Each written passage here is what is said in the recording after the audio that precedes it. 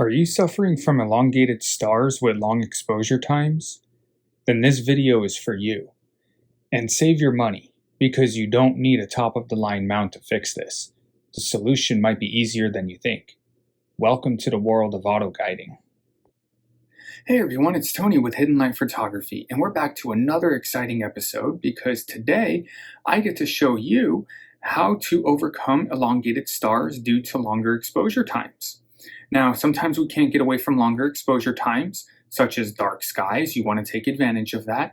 Also, some dim DSOs that you're trying to image do require longer exposures. And if you have imperfect polar alignment or a mount that's just not tracking as well as it probably could or should, you're going to get elongated stars because you're going to have a drift. And if you remember from my introduction to equipment video, how do we solve that? Autoguiding.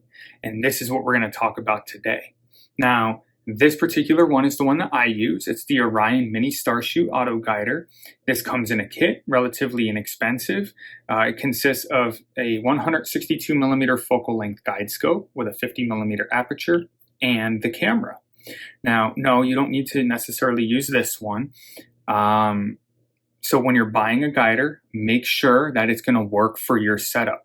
For example, this one will guide up to 1500 millimeters of focal length, so make sure you pay attention to that as you're searching for guiders, because if you have a primary OTA focal length that is longer than what your guider is capable of, you're going to have issues. So make sure you're looking at that. Now, there's two ways to guide. One is going to be with an ST4, and that's going to be this plug right here. If you're doing that, I recommend getting away. It's an old school way of guiding, but more importantly, the reason that I recommend getting away from it is it's a very common fail point, number one.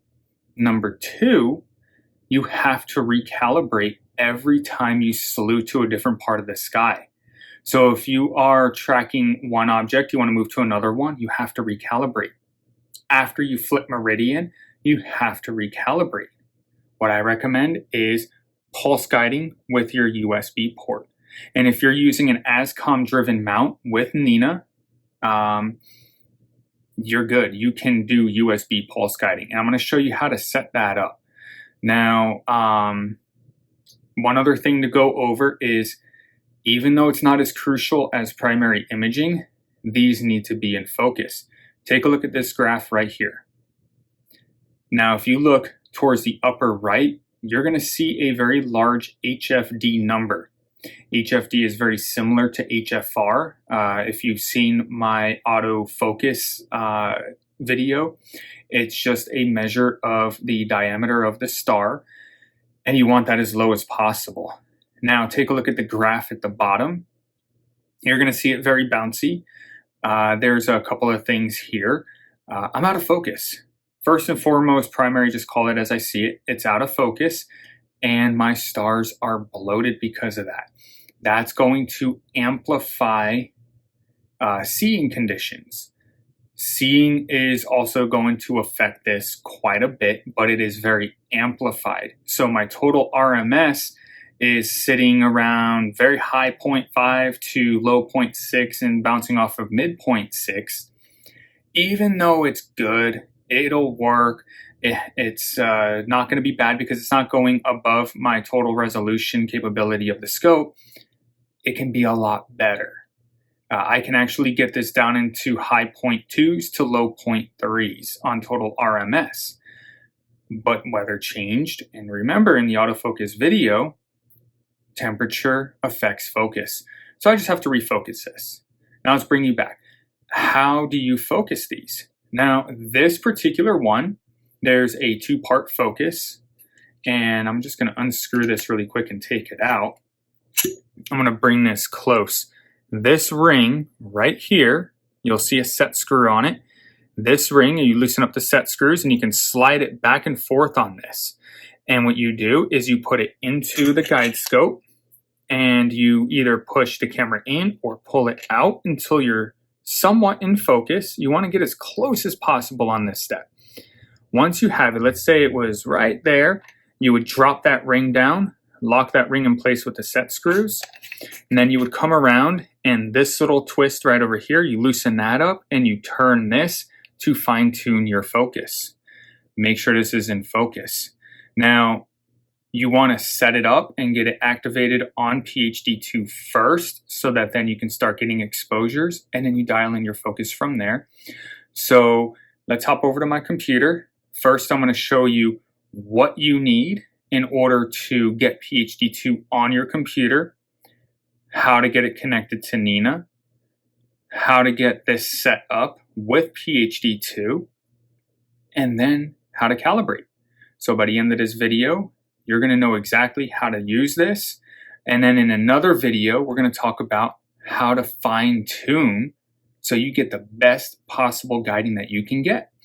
Now, if you haven't done so yet, hit that subscribe button. Don't miss out on valuable information. We've covered a lot in this channel so far, so make sure to hit that subscribe button. Do me a favor, comment in the comments section. What are you doing for guiding? Are you using guiding? What are your questions? If you haven't done guiding yet, why not? Let's talk about it, and let's head over to my computer and get started. So to get started with Autoguiding, you're going to need the proper software. And in order to get that, open up your favorite web browser, go to google.com. And PHD2 does have a prerequisite, and that prerequisite is ASCOM. In order to get ASCOM, go into the search bar, type in ASCOM, and you'll see ASCOM Astronomy pop up. If you don't, just continue typing until you do, and then click on it. ASCOMstandards.org, click on this link here, and then make sure you download the latest and greatest. In this case, 6.6 SP2. Now, I already have this downloaded, so I'm not going to do it again, but what you're going to do is click download. Depending on your system, what you're going to see is a box pop up in the top right corner, which looks like this. You'll see ASCOM downloading. Once it's done, click open file. You may or may not get a box in the middle that says, do you want to allow this application to make changes to your device? If you do, just click yes, and then follow the install wizard, and you'll have ASCOM on your computer. The next step, go back to google.com. In the search bar, type in PHD2. If you don't see it pop up, just continue typing until you do. Click on it. Open PHDguiding.org is what you want. Click on the link. Download. And the version that we're using is a development version. And the reason is there's some features we're going to utilize. So what we're going to do is click on Development Snapshot Build. I believe there is a new one. Yep, 2.6.12. I don't have experience with this one yet. It looks like there's a few extra features added in. And I'll check this out before I make a tutorial on it. What I do have experience on is 2.6.11 Dev 6. So you can definitely download the newest one. But what I'm using right here is this. And again, I already have it on the computer, so I'm not going to do it again. But what you're going to do is click on the link. You'll see your downloads box pop up again. Once PHD2 Dev 6 is done downloading, click Open File. If you get that box that says, would you like to allow this application to make changes to your device, just click Yes, and then follow the install wizard, and you'll have PHD2 on your computer. Before you connect PHD2 to Nina, you want to set it up. So the first thing you want to do is open PHD2, and you'll end up getting a screen that looks like this. This is your setup wizard or new profile wizard. Now, it's important that the information you enter here is correct, and I do recommend having your equipment hooked up because you can actually get the information from some of the equipment, like your guide rate and also your camera. Now, this is where you choose your guide camera. I'm using the Orion SSAG. You would choose the one that you're using.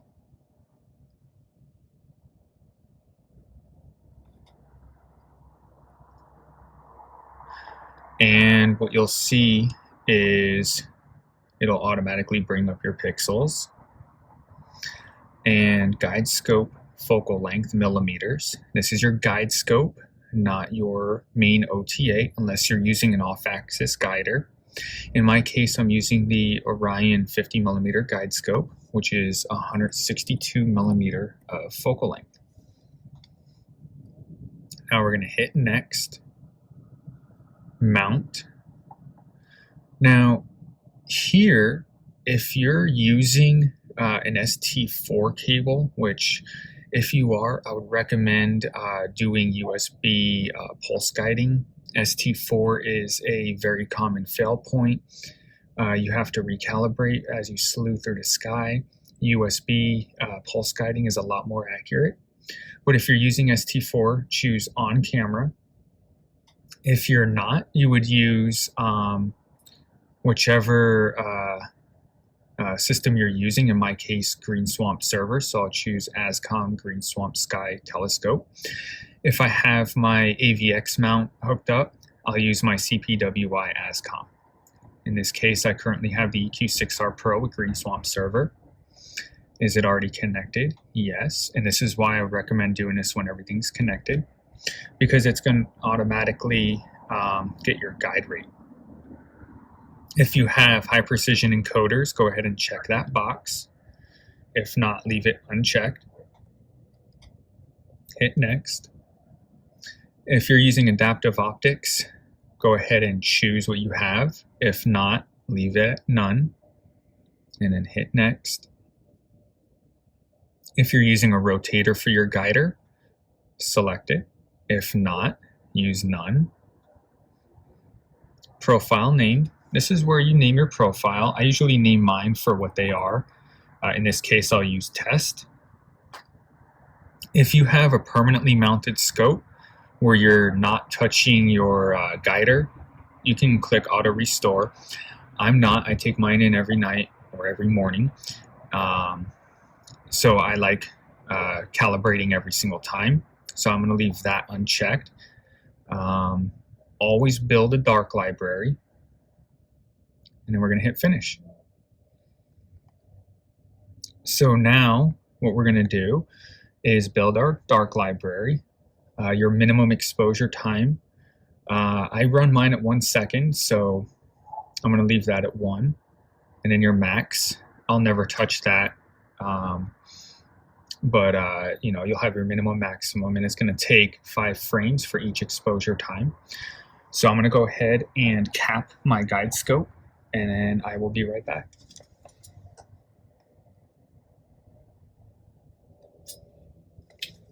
Okay, so the guide scope is capped. I'm going to hit start, hit OK. And what this is going to do is build us a dark library to be used with our guiding. So once this is done, I'll go ahead and bring you back. So now that that's done, we're going to uncover our guide scope, and then we're going to hit OK. So I mentioned downloading the PHD2 Dev 6, and the reason is if you go to Tools, you'll have your Calibration Assistant, and this makes calibrating extremely easy. Now, you may have to play with these numbers a little bit to, if you have any obstructions in the way. This right here is the ideal spot to calibrate in. And then all you simply do is hit slew.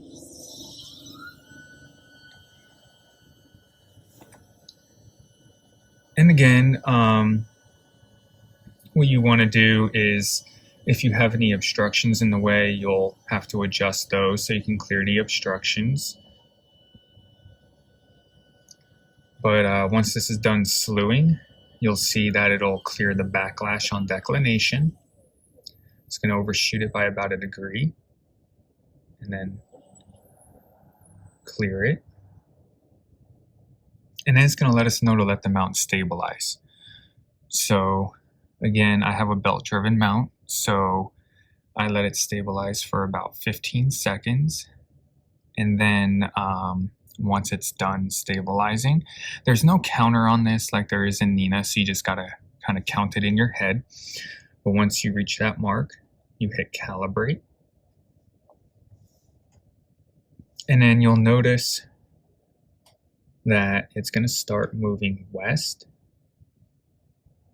And it's important to be very still during this, because if you move around too much, you'll end up disturbing the mount. They're very sensitive, and it could throw your calibration off. But you'll notice up over here, our guide star is moving away, and now it's coming back.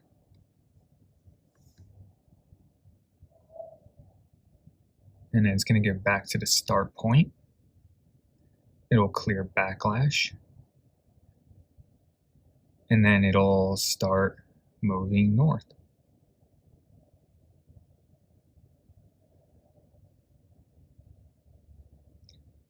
And then it'll go out north a few steps. And basically what it's doing is it's seeing how much the mount is moving, how much the star is moving, and it's learning it.